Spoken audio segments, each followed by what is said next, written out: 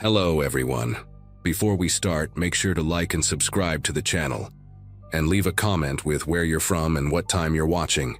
That way, YouTube will keep showing you stories just like this one. Now, let's begin.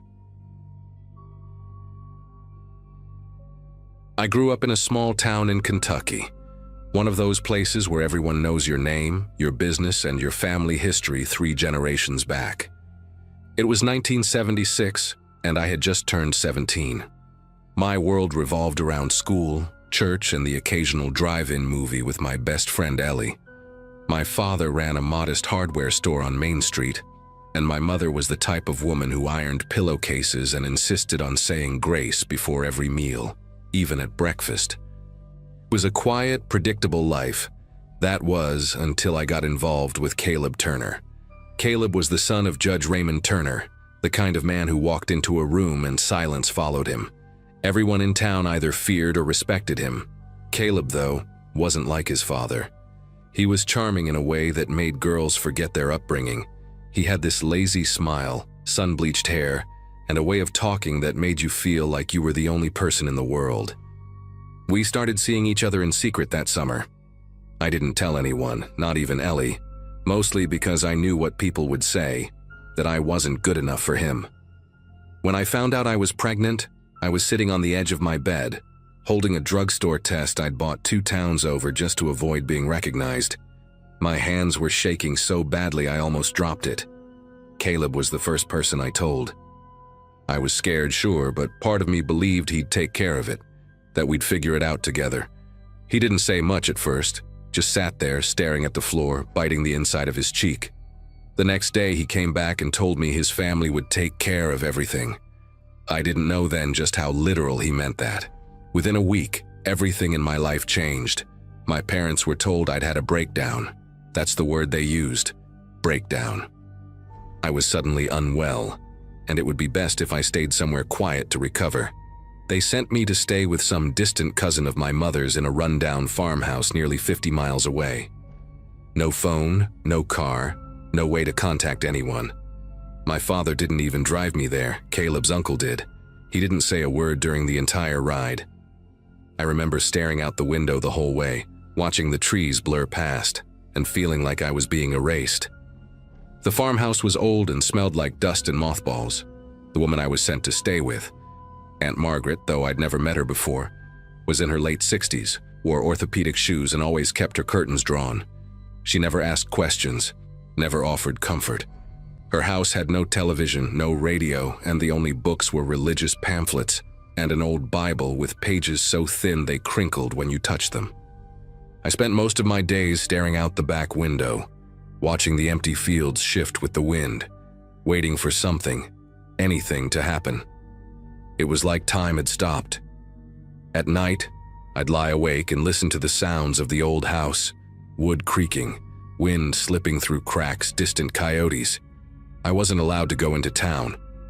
Aunt Margaret said it was for the best. I had no idea what people back home were being told. Ellie never wrote, neither did my parents. Weeks went by, then months. My belly grew, and with it the silence around me. I felt like a ghost trapped in someone else's story.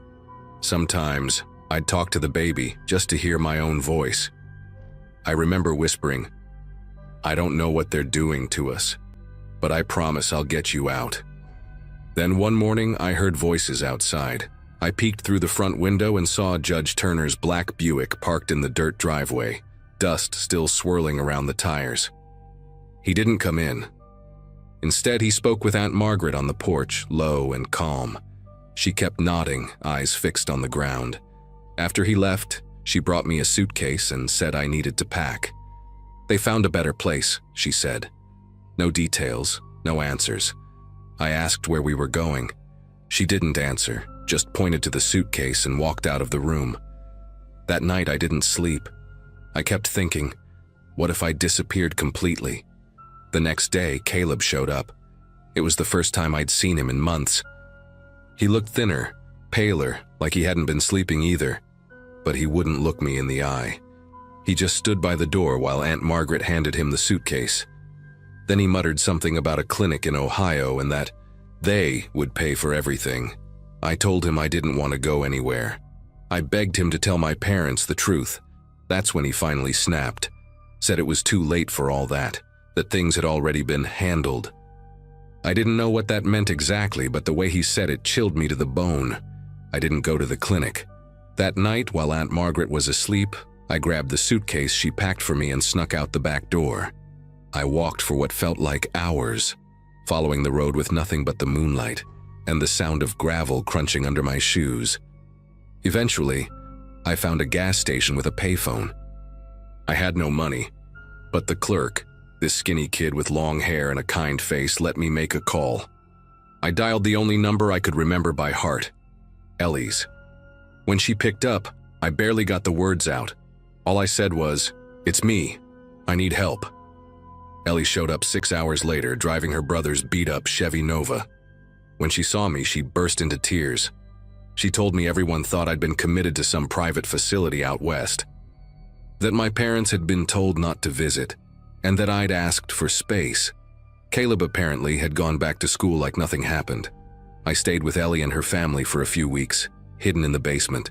Her parents were quiet about it, but I could tell they knew something wasn't right. They never asked questions. They just let me stay. Eventually, I found a women's shelter in Louisville that helped girls like me. I gave birth there, to a little girl with a head full of dark hair. I named her Hope. It wasn't until years later that I found out the full story. One of Caleb's cousins, drunk at a wedding, told someone what had really happened, how the Turners had fabricated a mental breakdown, falsified medical papers, and even paid off a doctor to back it all up. They'd planned to handle it quietly, send me away, give the baby up without my consent, and pretend I never existed. I was just a liability to them, an inconvenience. I never saw Caleb again. Last I heard, he became a lawyer like his father. I changed my name, moved out of Kentucky, and raised Hope on my own. She's in college now, smart, strong, and full of fire. She doesn't know the whole story yet. One day I'll tell her, but not because I want her to feel sorry for me. I'll tell her so she knows how far some people will go to protect power, and how far you have to go to protect yourself. To this day, there are folks back in that town who still think I had some kind of breakdown. Maybe that's for the best. Let them think I disappeared. The truth is, I survived.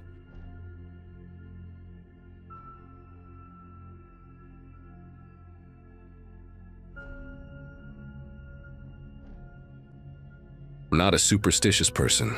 I don't believe in ghosts, witches, or backwoods cults. Or at least I didn't. I'm 28. I live alone in a rental house in Jackson, Mississippi.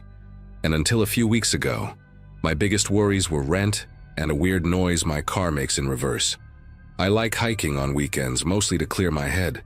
A few friends and I, all people I've known since college, planned a trip out to a wooded area about an hour and a half east of Jackson. It's public land, not marked as anything special, just quiet and remote. It was me, Jordan, Will, and Rachel. Nothing fancy, just a day hike with snacks, photos, and no cell service. I wish we'd turned around the second we saw that first cross. We'd wandered off trail, which we tend to do when the marked paths get boring. That's when Rachel noticed what looked like an animal's skull nailed to a tree. At first, we thought it was part of someone's weird hunting ritual or some kind of southern folk art. But then, we started noticing more things. Dozens of handmade wooden crosses stuck crooked into the ground. Strips of dirty clothing tied to low-hanging branches. Some items were really old, almost rotted. There were little cloth dolls, too, and what looked like melted candles stuck in the dirt. The whole area had this heavy, quiet feel to it, like the trees were pressing in. We didn't say it out loud, but we were all creeped out. I took a bunch of photos, close-ups of the crosses, the bones, even a hoodie that looked like it had dried blood on it. Will told me to knock it off, but I didn't think much of it. I figured I'd post them later on a hiking subreddit, maybe as one of those found something weird in the woods type of threads. None of us were brave enough to go any deeper into the grove. There was a tree in the center, thicker, older, covered in what looked like carvings and more bones nailed into the bark. We all just stood there, staring at it. Then Jordan said, We should go. Now. And without another word, we left. That should have been the end of it. But that night after I got home, I posted 3 of the photos online. Nothing identifying. Just the objects. Nothing with people or locations. A few hours later, after midnight, I got the first text. No words, just a photo. At first, I didn't understand what I was looking at. It was my driveway, taken from across the street. My car was in it, and the porch light was on. That photo had been taken minutes before I saw it. I looked outside immediately. Nothing. Just darkness and silence. I didn't sleep that night. Every time a car passed or a branch moved outside, I'd get up and check the windows. I even turned off all the lights and sat on the couch with my phone in hand, waiting. Nothing else happened until 3:12 a.m. I remember the exact time because I was staring at the clock when the next text came through. Another photo. This time it was closer. My front window. You could see the curtain half drawn, and behind it, the soft glow of my TV. I was in that room when it was taken. My stomach dropped. I ran to the window and flung it open, yelling into the night, but there was no one there. I checked every lock in the house twice. The next morning I called Jordan. I didn't want to sound paranoid, so I just asked if he'd noticed anything weird since the hike. He hesitated.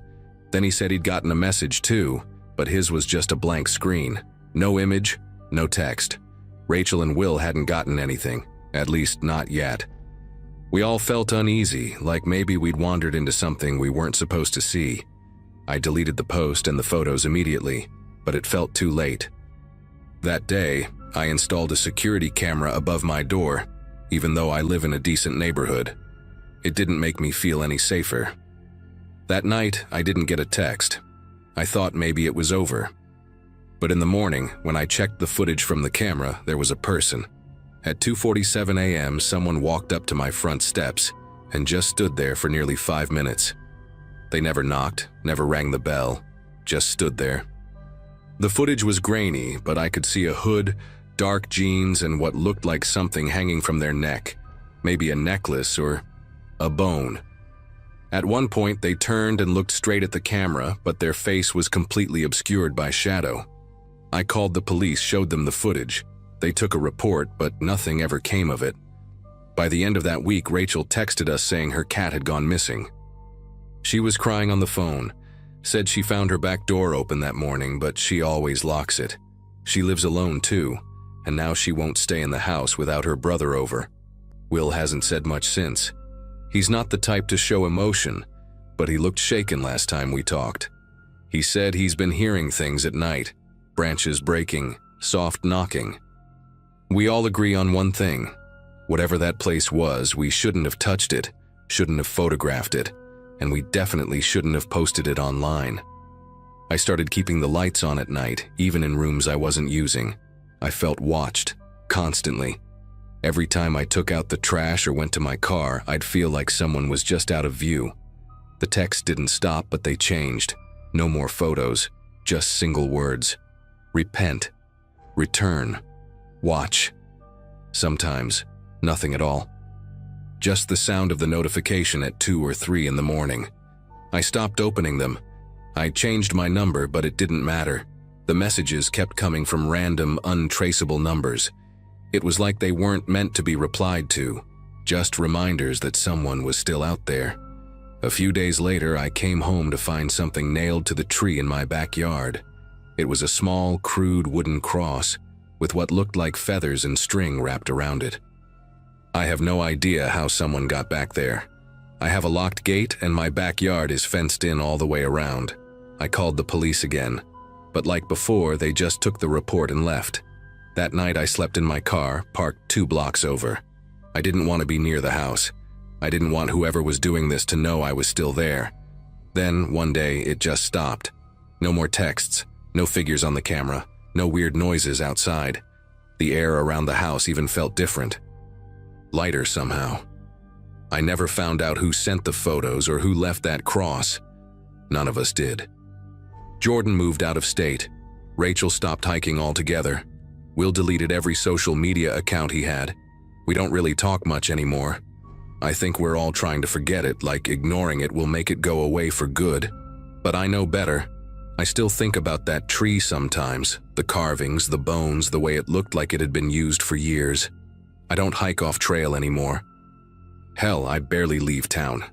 And every now and then, late at night, I'll think I hear a soft knock somewhere in the house. I freeze every time. I never check. I don't want to know. That's the worst part, not knowing what we saw, what we disturbed, or why it followed us. I've learned that some places are forgotten for a reason, and some things, they don't want to stay buried.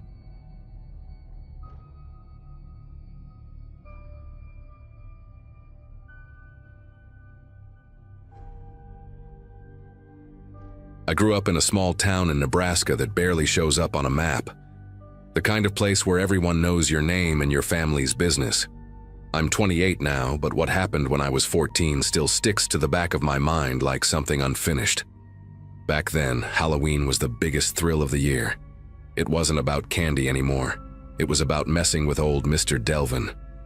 He lived in the weathered brick house at the edge of our road, right before the cornfields swallowed the pavement. He was in his 70s, always wore these high-waisted slacks with mustard stains on his undershirt, and hated kids. Especially me and my brother, Nate. Every Halloween, it became a tradition, us versus Delvin. In 5th grade, we threw toilet paper all over his porch. 6th grade, we put a fake snake in his mailbox. By 8th grade, we were planting fake severed arms in his yard, lighting stink bombs under his windows, and Nate even rigged up a speaker to scream randomly from the bushes. Every time, Delvin would storm out with his flashlight, waving it like a sword, yelling threats in his croaky voice. But nothing ever came of it. He never called our parents or the cops, just muttered something about paybacks coming. We figured he was just all bark. That year, Halloween fell on a Saturday. It was unusually warm, which made it perfect for staying out late. Nate and I had planned our grand finale of pranks for weeks. But when we walked past Delvin's place at sunset, we noticed something weird. His house was decorated, like actually decorated. Paper skeletons taped to the windows, an inflatable pumpkin in the yard, flickering lights on the porch. It looked cheap, like someone had just bought a Halloween kit and thrown it all together. But that was the thing. Delvin had never put out decorations. Ever. Nate nudged me and said, "He's trying to show us up. We can't let that slide." We waited until 10:30 p.m. In when most trick-or-treaters were gone and the streets were quiet, Nate had brought a bag full of gear. Nothing dangerous, just his usual chaos. Smoke bombs, a motion-activated sound box, and a plastic baby doll painted with fake blood. We crept up through the back of Delvin's property, staying low behind the row of bushes that bordered his yard. Everything was dark now, except for the faint orange glow from the porch, but there was no sound, no TV, no rustling. Not even the usual radio static he always had playing. It felt staged. I remember whispering, "This feels off," and Nate just grinned, tossing me the sound box and saying, "That's the point, let's mess it up." We didn't know he was the one messing with us. We split up like always. Nate went around toward the shed near the back fence while I stayed closer to the house. I was trying to find a good spot to hide the sound box when I noticed something odd. The inflatable pumpkin on the porch was slowly deflating, like someone had stabbed it. But there was no one there. I figured maybe it had a slow leak. Still, it made the whole scene feel wrong. I ducked behind a bush, watching for Nate's flashlight flicker. That's when I heard the shed door creak open, followed by a loud clang like something heavy slamming shut. Then, nothing. Silence. No footsteps. No Nate. I waited a full minute, then another. I whispered his name, but there was no answer. I got up and crept toward the shed. It looked normal from the outside, old and rotted at the bottom like most things on Delvin's property. But now, the padlock on the door was snapped shut. Nate didn't have keys. I tapped on the door softly. "Nate?" I whispered. Nothing. I knocked harder. Still silence. That's when I noticed the camera. A small, battery-powered trail cam mounted high on the corner of the shed, blinking red. And right underneath it, nailed to the wood, was a piece of cardboard that read, "Tricked." That's when it hit me. This was the prank. On us. Delvin had flipped the script. My stomach dropped and I swear I could feel my skin buzzing. I backed away, scanning the yard, half expecting him to come barreling out from the shadows. But there was no one. Just silence. A silence that didn't feel empty, but watchful. I pulled on the shed lock. It wouldn't budge. I even tried hitting it with a rock, but it just clanked uselessly. From inside, I thought I heard something. Faint shuffling, maybe a muffled voice like Nate was gagged or trying to move. That's when panic really set in. I ran back to the road. I remember standing there, frozen under the street lamp, heart pounding like a drum in my chest. I had two options. Go for help, which meant waking up my parents or possibly getting the cops involved, and admitting we were the ones who'd been harassing Delvin for years. Or I could go back and try to break him out myself before sunrise. I stared at that dark house, then back at the road. No cars, no lights, just me, the cold breeze, and a growing sense that we were in way deeper than we'd ever meant to be. I decided I couldn't just leave him. I ran back, heart racing, and checked every window and door of Delvin's house, praying something would be unlocked. Nothing. The windows were sealed shut, the front door bolted. I was sweating despite the chill, my hands shaking. Finally, I circled around again and found a narrow window near the basement that looked weak, like the wood was rotting. I jammed the edge of Nate's screwdriver, thankfully still in the prank bag, between the frame and pride until it cracked open just enough to squeeze through. The second I dropped inside, I regretted it. The air was thick, stale, and reeked of mildew and something metallic. The basement was cluttered with piles of old tools, stacked furniture, and a dozen dusty Halloween decorations. Props, masks, fake limbs, some still wrapped in plastic. It was like Delvin had been stockpiling Halloween for years. I tiptoed up the stairs, holding my breath, careful not to make them creak. I made it to the kitchen. No lights. But someone had left a flashlight on the table, still warm when I picked it up. That told me Delvin had just been there. I crossed the house quickly and unlocked the back door. Then I ran to the shed, used the same screwdriver to wedge open the hinge bolts from the outside. Took longer than I wanted, but finally, it opened. Nate was sitting on the floor, pale, knees pulled to his chest. The inside of the shed wasn't empty. There were photos. Dozens of them pinned to the wall, photos of us going back years, dressed up on Halloween, walking past his house, even pictures taken through our bedroom window. Nate had duct tape on his wrists, but Delvin hadn't hurt him. He'd just locked him in there with all those pictures, left him alone in the dark. The message was clear. I've been watching. I let it build. This is your punishment. We didn't say anything. We just ran. After that night, we never touched Delvin's yard again.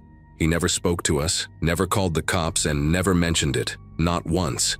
But every Halloween after, he put out the same cheap decorations. And we knew it wasn't for the holiday. It was a reminder, a trap we'd fallen into once, and just maybe a warning that he was still paying attention. I still drive past that house when I visit home, and every time I do, I feel it. That same buzz in my skin. That same question. What would have happened if I hadn't come back for Nate?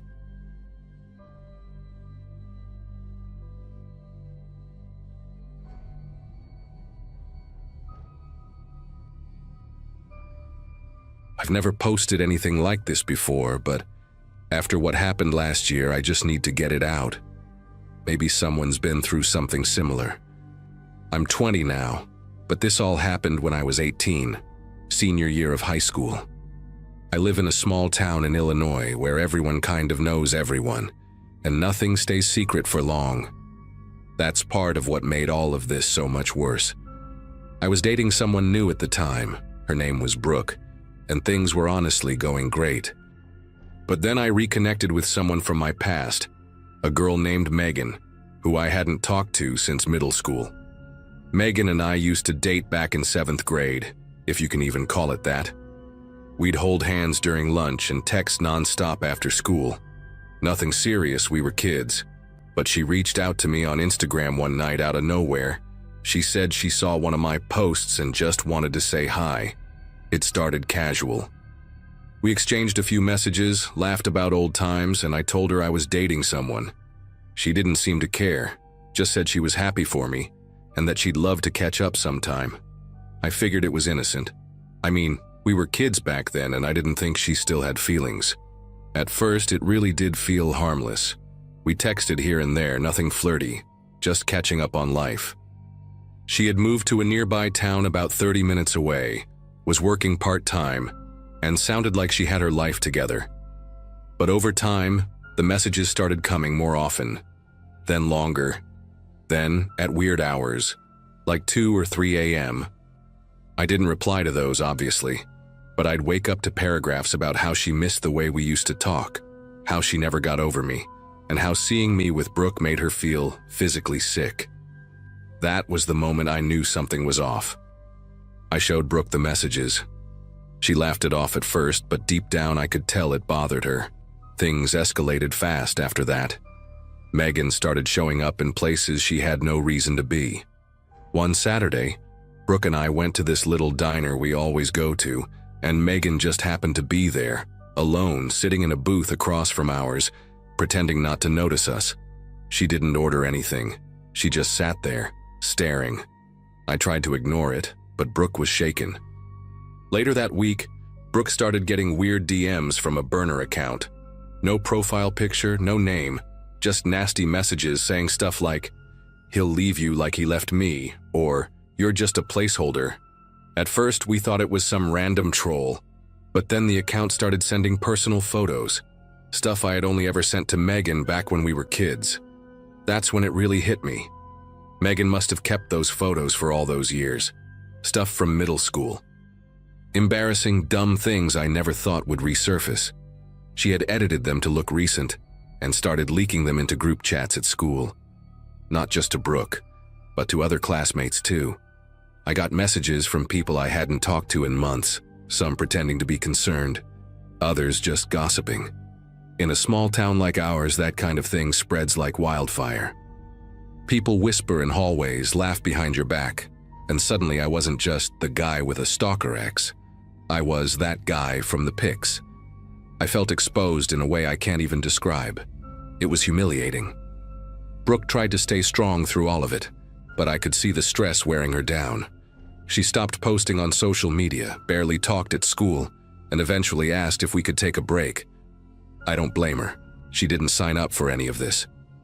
Megan, meanwhile, kept ramping things up. I started noticing her car parked near my house at night, a black Nissan Altima. Once I walked out around 11 p.m. to take the trash and saw it idling across the street with the lights off. It pulled away when I stepped off the porch.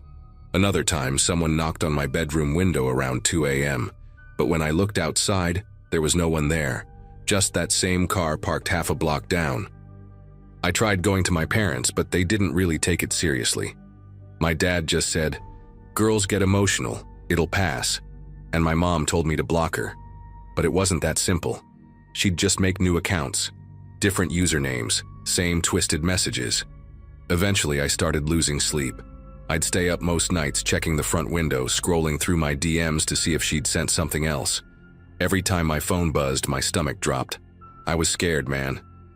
Not of her hurting me, but of the fact that she seemed capable of anything. Like she had no line anymore, no shame. And nobody else saw it for what it was. The school didn't help much either. When I brought it up to the counselor, they said since it was all online and off campus, there wasn't anything they could really do. That just made it worse. Megan knew no one would stop her. She got bolder. One day I found a note on the windshield of my car in the school parking lot. It was written in red Sharpie. "I see the way you look at her, you never looked at me like that." That's when I started parking off school grounds. I stopped talking to people. I even deleted my social media for a while.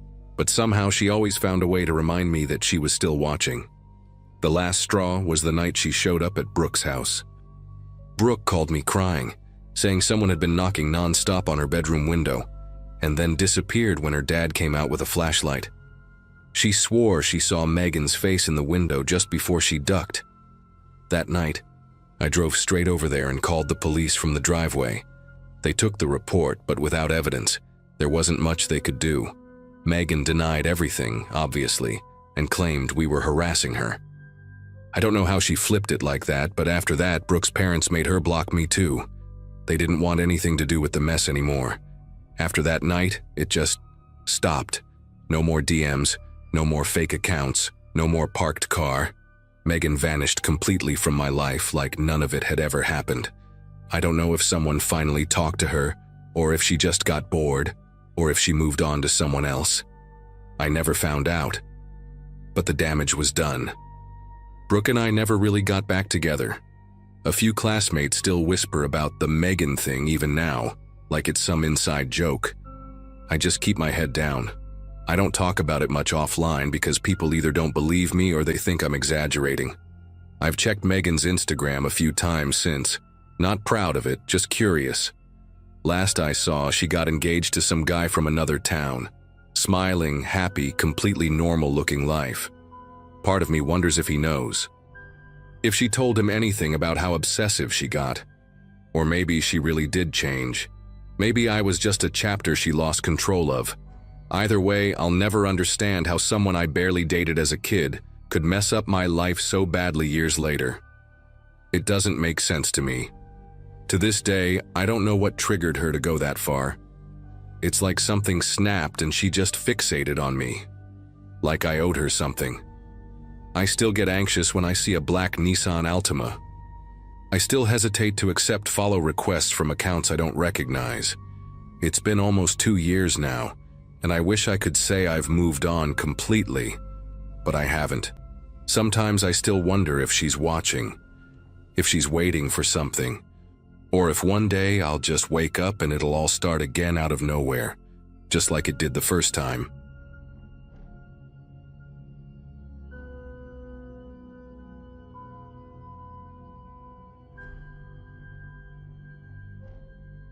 I moved to rural Missouri in early spring of last year, hoping for a quieter life after a long and messy divorce. I'd just turned 38, and between the paperwork, the lawyers, and the emotional drain of splitting everything down the middle, I needed out. So I cashed in what I could and bought a modest 2-bedroom house on a couple acres just outside a town called Cassville. It wasn't much, but it had good bones and a huge backyard, which I figured I could fix up over time. I work remotely doing CAD design for construction companies, so I didn't need to be near any big city. The slower pace, the space, and the silence were exactly what I thought I wanted. About 2 weeks after I moved in, I decided to build a privacy fence along the back edge of the property. Nothing fancy, just some pressure-treated posts and horizontal slats, enough to give me some separation from the patch of woods behind the lot. The ground was soft from recent rain, so I figured it'd be an easy job. I borrowed an auger from the guy down the road, a retired mechanic named Bill, and started digging post holes one Saturday morning. I remember thinking how peaceful it felt out there. Birds chirping, coffee in hand, the sound of the auger breaking soil. I hit something in the 4th hole.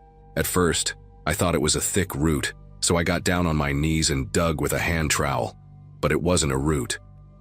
It was bone, long, curved slightly with a clean break on one end.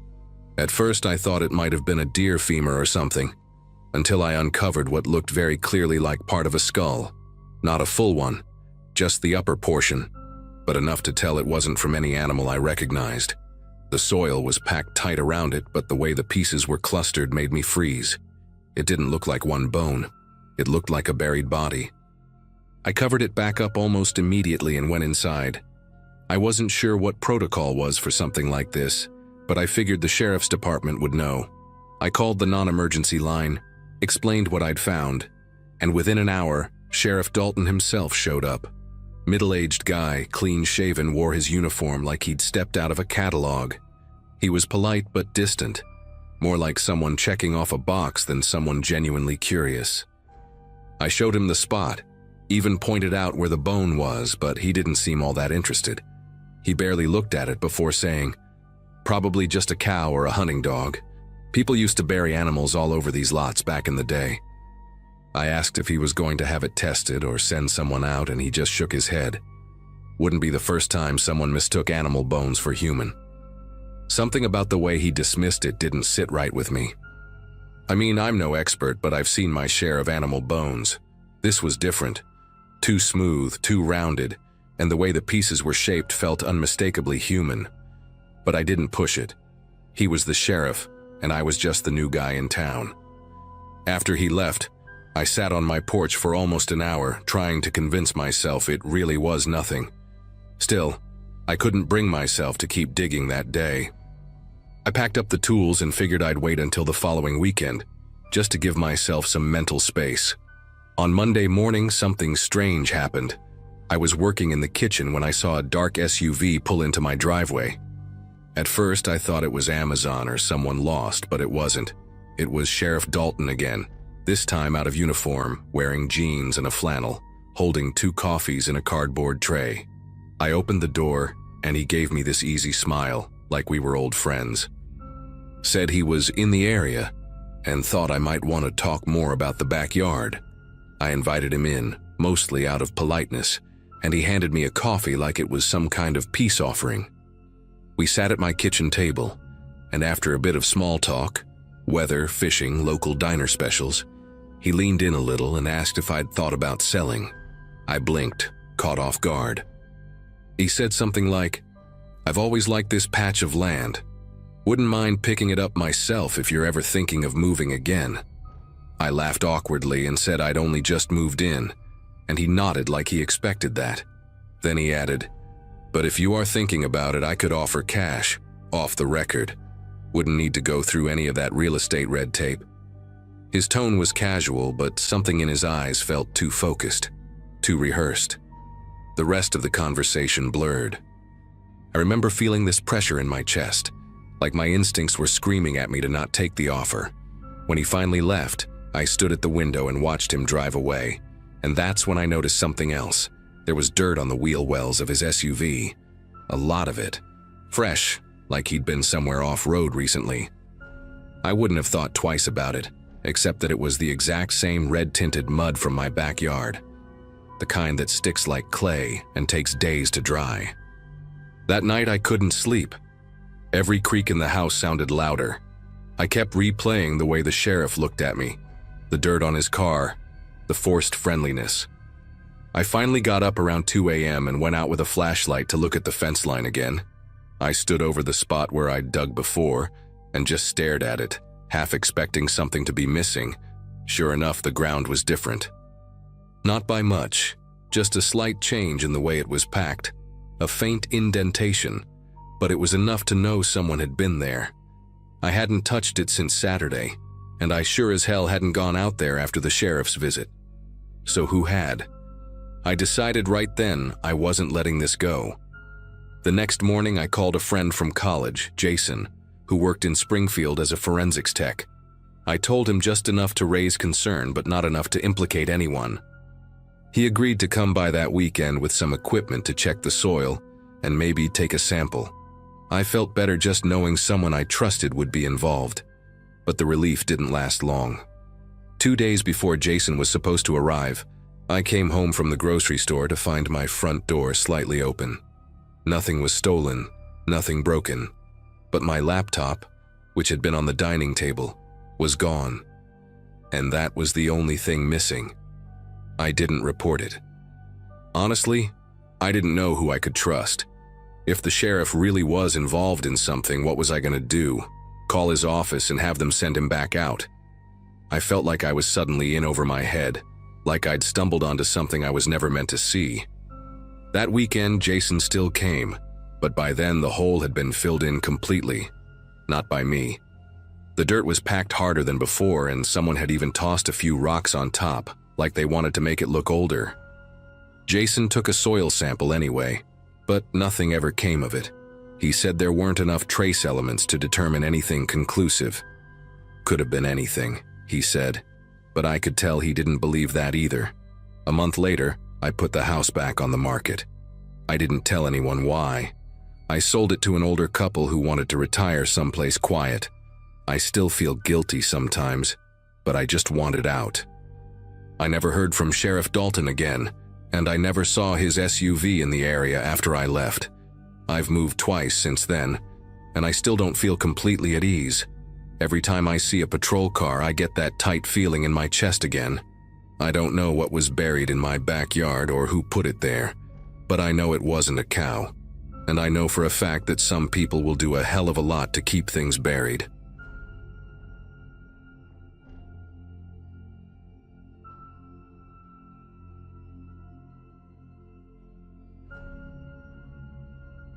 I moved into that apartment during my second year of college because it was the only place in town I could actually afford without a roommate. It was a small fourplex on the edge of town, tucked behind an abandoned gas station and some empty lots. The rent was cheap, and the landlord didn't ask too many questions, which back then felt like a win. My unit was on the second floor, and I was told the apartment above mine had been vacant for over a year. "No one's touched it since the last guy left," the landlord said, like it was supposed to reassure me. Honestly, I didn't think much about it. I just wanted somewhere quiet to focus on school. At first, it really was quiet. The walls were thin, yeah, but since no one lived upstairs, I didn't have to worry about late-night stomping or loud music. That's why the first time I heard footsteps above me, I was confused more than anything. It was close to 2 a.m., and I was up late cramming for a bio exam when I heard slow, deliberate steps crossing the ceiling. I remember actually pausing my music to make sure I wasn't imagining it, but the steps kept going, just a few, then silence, like someone pacing or shifting their weight. The next night, it happened again. Same time, same kind of sound. I even knocked on the ceiling with a broom handle like an idiot, hoping maybe someone was squatting up there and would knock back or something. Nothing. I texted the landlord the next day and he just replied with, "Still vacant, probably pipes," which didn't make sense because I knew what pipes sounded like. This was different. He didn't seem concerned though, so I let it go, at least for a few days. But once I noticed it was happening more often, always past midnight, always the same uneven pacing, I started to feel weird. Like the air in my place changed whenever the noise started. Heavier. It wasn't just the noise. I started waking up with this weird feeling that someone was watching me. I don't even know how to describe it exactly. I'd just snap awake, heart pounding, completely sure I wasn't alone. I'd check my apartment every time. Doors locked, windows shut, no signs of a break-in. But that feeling, it wouldn't go away. One night, after hearing what sounded like something drop upstairs, something heavy, I grabbed a flashlight and decided to check out the stairwell door that led to the top unit. I hadn't looked at it since I moved in. It was supposed to be locked up tight, but when I got there, the doorknob was just hanging loose, and the frame around the lock was splintered like someone had kicked it in. I stood there for a minute, just staring at the door. My first instinct was to go back inside, lock everything, and pretend I never saw it. But curiosity got the better of me. I nudged the door open with my foot. It made this awful creaking sound, like it hadn't been touched in years. The stairwell was pitch black and smelled like dust and mildew. I remember shining my flashlight up the steps, and the beam caught something odd right away, what looked like scuff marks on the walls, as if someone had been dragging their hands or maybe something else along them. I started going up slowly, step by step, trying not to breathe too loud. The top door was already cracked open, not wide, but enough that I could see part of the floor beyond it. I pushed it gently, and it swung inward with this low, dragging noise. The place was completely dark, no electricity, no furniture, except for one thing: an old, torn-up mattress lying in the center of the floor, directly above where my bedroom would be. I stepped in just far enough to shine the light on it. That's when I saw the stains. Dark, reddish-brown blotches soaked deep into the fabric, like they'd been there a long time. My stomach turned instantly. It wasn't just dirty. It looked like blood, a lot of it. I didn't want to look any closer. I backed out of there fast, heart pounding so hard I could hear it in my ears. I practically ran back to my apartment, slammed the door, locked every bolt, and pushed a chair under the doorknob. I didn't sleep at all that night. I sat in my living room with the lights on, just listening. At around 3:30 a.m., the footsteps started again. But this time, they didn't stop at pacing. I swear to God I heard something drag across the ceiling like fabric or a limb, and then 3 loud thuds directly above me, like someone had dropped to their knees on the floor. The worst part? The sound didn't echo like it was coming from a hollow, empty room. It sounded dense, close, like whoever was up there was barely separated from me. I wanted to call the police, but I kept hesitating. What would I even say? Hey, I broke into the upstairs apartment and found a bloody mattress, and now I think someone's walking around up there. I felt crazy. I felt trapped. And when I finally worked up the courage to go back up the next morning with my phone ready to record everything, the door was shut again. The lock was completely fixed, like nothing had ever happened. I know what I saw. I even have a picture on my phone of the door frame cracked and the knob hanging off. But when I showed it to the landlord that same day, he just looked at me like I was messing with him. Said the door had been reinforced months ago. No way it could have broken like that. When I asked if someone had been in there recently, he shrugged and said he didn't have keys for that unit anymore. Nobody's supposed to be in there, he repeated, and then told me I was probably stressed out from school and should try getting more sleep. I left his office feeling more alone and freaked out than ever. That night, I slept on the couch with every light on again. Nothing happened. No footsteps, no dragging. Silence. Same thing the night after.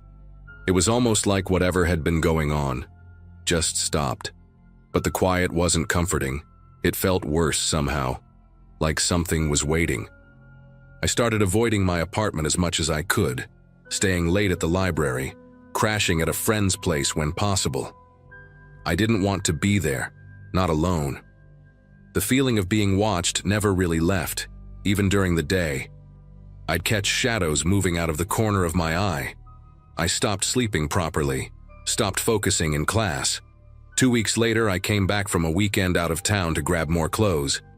Everything in my place looked normal, until I went into my bedroom.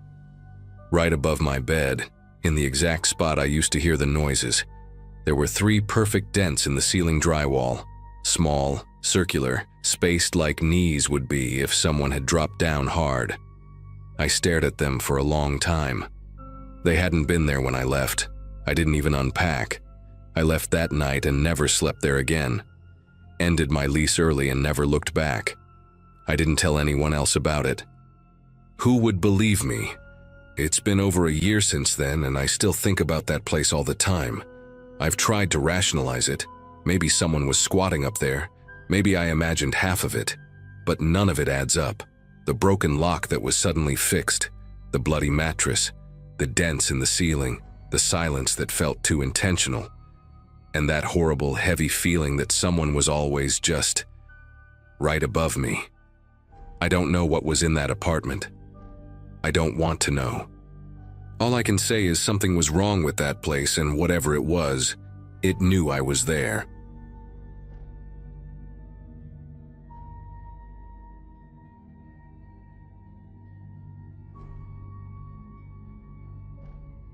I'm not really sure why I'm posting this.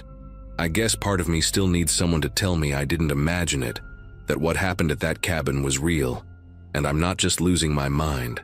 This all went down in late September last year. I had just finalized my divorce a few weeks prior, and honestly, I just wanted to be somewhere quiet. No traffic, no emails, no awkward friends trying to check in on me. I found this listing for a hunting cabin in Montana, way off-grid. No neighbors, no cell service, no distractions. It was perfect. The photos showed a 1-bedroom place tucked between trees, with a small porch and a fireplace. I booked it for 2 weeks, packed my truck, and drove out there without really telling anyone where I was going. I just needed the silence. The first few days were exactly what I wanted. It got cold at night, but the firewood was stocked, and I spent my time cooking, reading, and hiking around the area. There was a trail behind the cabin that led down to a small stream, and I'd go there with a thermos of coffee in the mornings. It was peaceful in that kind of way that feels rare when you've been living in cities your whole life.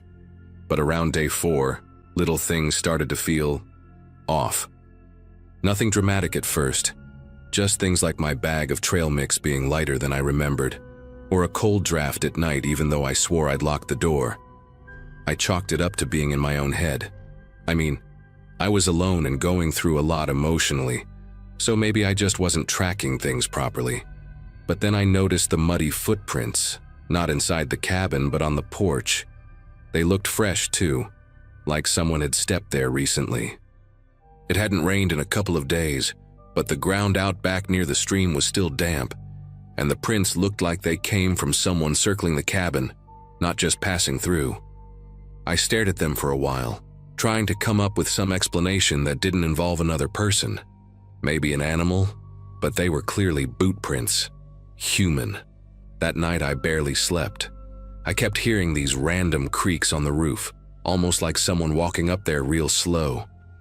The wind would pick up now and then, and I kept telling myself it was branches shifting or an animal looking for warmth, but it didn't sound like that. The next morning, I found something that made my stomach drop. One of the cans I'd left in the kitchen, some chili I hadn't touched yet, was gone.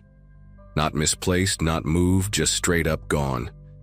I know it sounds small, but when you're completely alone in the woods and something disappears from inside your cabin, it hits different. I searched everywhere just in case I was being forgetful, but it wasn't there. That was the moment it clicked for me. Someone had to be getting in. I locked the door every night. I started double-checking the windows too. But this person, whoever it was, wasn't just passing through. They were watching, waiting. That day I drove into the nearest town, about 40 minutes out, to buy a cheap trail camera. I told myself it was just to catch some wildlife on tape, maybe a bear or raccoon that was snooping around. But deep down, I knew I was hoping to catch something else. I got back before dark and installed the camera, tucking it into the trees facing the cabin, angled just right to catch anything or anyone approaching from the back trail. That night, I didn't light the fireplace. I sat in the dark with a blanket and my flashlight, listening. The sounds on the roof came back, but quieter this time, like they knew I was awake. There was also something else, this soft rustling, like leaves being disturbed, but not by the wind. I didn't sleep at all. When the sun came up, I practically ran outside to grab the camera. I was shaking trying to get the SD card into my laptop. Most of the clips were normal. Some squirrels, a deer passing by, nothing unusual. But around 2:47 a.m., there was one clip that made my heart drop. A man. Standing in the tree line, just standing there, completely still, facing the cabin. He was wearing a dark hoodie and I couldn't make out his face. He didn't move. He didn't come closer. He just stood there for nearly 5 minutes, watching. Then the footage cuts. I watched it over and over, hoping it was some trick of the light or an illusion. But it wasn't. Someone had been out there, just watching me. After that, I wanted to leave, but something made me hesitate. Maybe it was stubbornness, or maybe I didn't want to admit that I was scared. I started locking the bedroom door from the inside, keeping a knife on the nightstand. I even placed little markers near the door, like small sticks leaned up in a pattern, just to see if anyone moved them. And they did. The next morning, one of the sticks was gone. The second can of chili was gone too. And the worst part? There was a smear of mud on the inside handle of the front door. That means whoever it was had been inside, while I was sleeping. That was the moment I started to feel sick to my stomach. I packed that day. I didn't even care about getting my deposit back. I shoved everything into the truck, locked the cabin, and left. But before I did, I checked the camera one last time. The last clip it recorded, just before sunrise, was of the same man, closer this time. He was maybe 20 feet from the cabin, standing at the edge of the trees. Same hoodie, same stillness. Only this time, he was holding something. I don't know what it was, some kind of tool or stick or I don't know. But he was gripping it like he was ready to use it, and he was staring directly at the lens. I drove straight back to Missoula, didn't even stop for gas until the tank light came on. I kept checking the rearview mirror like I expected to see someone following me. I don't know why, but I didn't go to the police. I think part of me felt stupid, like they'd never take it seriously. Nothing was technically stolen besides some food, and I didn't have a clear face shot of the guy. Plus, what could I even say? A man stood in the woods watching me every night. I'd sound insane. I sent the cabin owner an email telling him the place felt unsafe, but I didn't go into detail. I didn't want him thinking I was unstable or trying to cause trouble. I just wanted to forget it. But I couldn't. For weeks after, I kept waking up at 2:47 a.m., no matter how tired I was. Sometimes I'd have nightmares that I was still there, stuck in that cabin with the man standing at the window just watching. I moved apartments, changed my locks, even got a dog. But that feeling of being observed never really went away. The idea that someone could be so close, so quiet, and so patient, it still messes with me. That level of calm creeps me out more than anything. He wasn't trying to break in. He was just waiting. For what? I don't know. And I really don't want to know. I've told a couple friends about it, but I always leave out parts. I never show them the footage. It just feels wrong, like giving that guy more power somehow. I don't even know if he lived nearby or if he just saw me arrive and decided I'd be interesting to follow. The weirdest thing is how it all just stopped. After I left, there were no more signs, no more weird sounds, no strange people around my new place. It's like whatever that was, it belonged to that cabin. Or maybe to that piece of land. I'll never rent anything that isolated again. Lesson learned. Anyway, that's what happened. I don't have some crazy twist or a satisfying answer. I still think about it more than I should, and sometimes I wonder if he's done it to someone else since then. Or if maybe I was the only one who ever noticed. Either way, I'm done with cabins, done with isolation. And if you're reading this and thinking about booking some remote getaway to clear your head, just make sure you're the only one out there.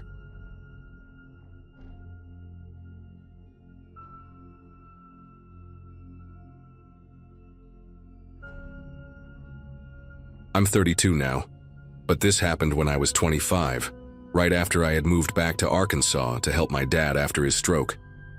I had just quit my job in Nashville and was trying to adjust to life in a much quieter, slower place. Most of my days were spent running errands, helping with his meds and driving around to pick things up. I wasn't thrilled to be back in the small town I'd tried so hard to leave, but family is family. That night, I was coming back from a friend's place about an hour out from my dad's house. I had taken a longer, older route through the hills to avoid construction on the main road. That back road, Hickory Creek Road, is one I knew well, or at least I thought I did. It was close to 11 p.m. The sky was pitch black, no streetlights out there, just stars and trees closing in on the narrow two-lane road. My phone had no signal, which didn't bother me much at first. I was used to dead zones in that area. I had the windows cracked open and was listening to an old playlist when I noticed headlights in my rearview mirror. No big deal at first. But then the truck behind me started speeding up, got closer then felt comfortable.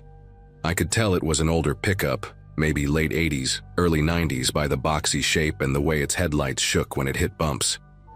It started flashing its high beams at me in short bursts. I thought maybe my taillights were out or something, so I tapped my brakes to signal back. But the flashing didn't stop. In fact, it got more aggressive, longer bursts, one after the other. The truck didn't try to pass me either, even when the road opened up a bit. I was going 5 over the limit just to keep distance, but it stayed right on me, never falling back. There was something about the way it moved. It didn't swerve or hesitate like a distracted driver. It felt intentional, like whoever was driving had nothing better to do than tail me. After about 15 minutes of this, my nerves were shot. I remember gripping the steering wheel so hard my knuckles ached. I was too far from home to just turn around, and I didn't want to pull over in the dark middle of nowhere. That's when I saw the glowing green lights of a gas station up ahead, one I'd stopped at maybe once before. It was an old rundown Shell station that usually closed around 10, but I didn't care. I just needed to get somewhere with lights, with people, even if only on camera. As I pulled in, I glanced in the mirror. The truck that had been behind me for miles wasn't there anymore. At first, I figured maybe he turned off somewhere and I didn't notice, but that didn't make sense. There hadn't been any side roads for at least 2 miles. I pulled up to one of the pumps, still half expecting to see headlights swing into the lot behind me. But nothing. Just silence. The place was closed, of course. Lights were on inside, but the door had a chain and the sign said back at 6 a.m. Still, the overhead lights by the pumps were bright enough that I felt a tiny bit safer. I got out, trying to act normal, pretending to check my tires just to calm my nerves. Every few seconds I looked back at the road, waiting for that truck to reappear. I ended up sitting in my car for a few more minutes, engine running, doors locked. My heartbeat had slowed down a bit, but I still couldn't shake that crawling feeling on the back of my neck, like I was being watched but from nowhere in particular. I finally decided to just drive home. As I was pulling out, I noticed something strange. On the side of the lot just outside the glow of the pump lights, there were fresh tire tracks, deep ones, like someone had pulled in, idled for a bit, then turned around and left. I got out of the car and followed them with my eyes. They led back to the highway, the same direction I had just come from. I didn't sleep much that night. I kept replaying it over and over in my head, trying to rationalize it. Maybe the guy was drunk and confused. Maybe he thought I was someone else. But then something kept bothering me.